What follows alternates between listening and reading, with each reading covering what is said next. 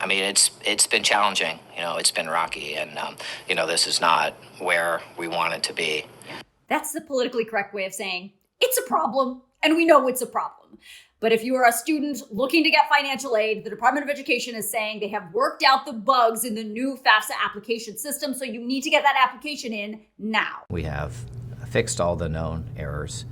If you complete a FAFSA, we'll get the financial aid information to your school within a couple of days, and it will be reliable. The Undersecretary of the Department of Education said only a fraction of the normal amount of college students applied for financial aid this year. And there are a lot of reasons for that. Now, just so we're clear, FAFSA is the free application for federal student aid, a form that every student needs to fill out in order to qualify for federal student aid. And as I've been reporting, Congress mandated that the FAFSA process be modernized. Well, that was a huge undertaking that not only delayed the rollout of the new system, but also had a lot of technical problems. It's a new formula, it's new terminology.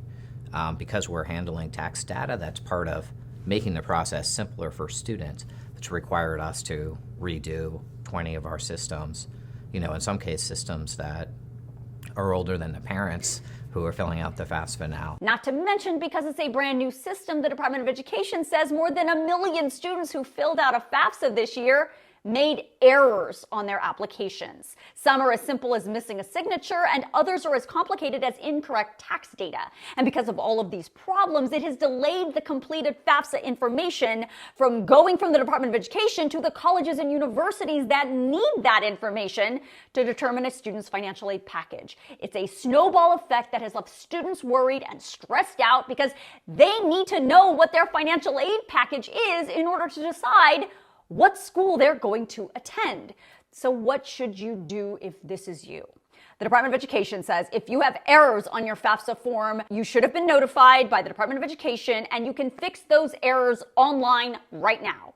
And for everyone else who is just waiting on their financial aid package to come through, the Undersecretary says you may want to take matters into your own hands. Traditionally, May 1 is the date in which you have to decide. I've heard of a lot of colleges pushing that back to May 15 or to June 1.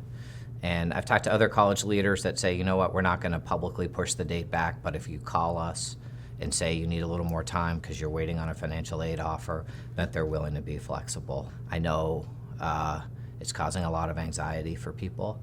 Yeah. I would just suggest staying in touch with us, staying in touch with colleges, because you're not alone.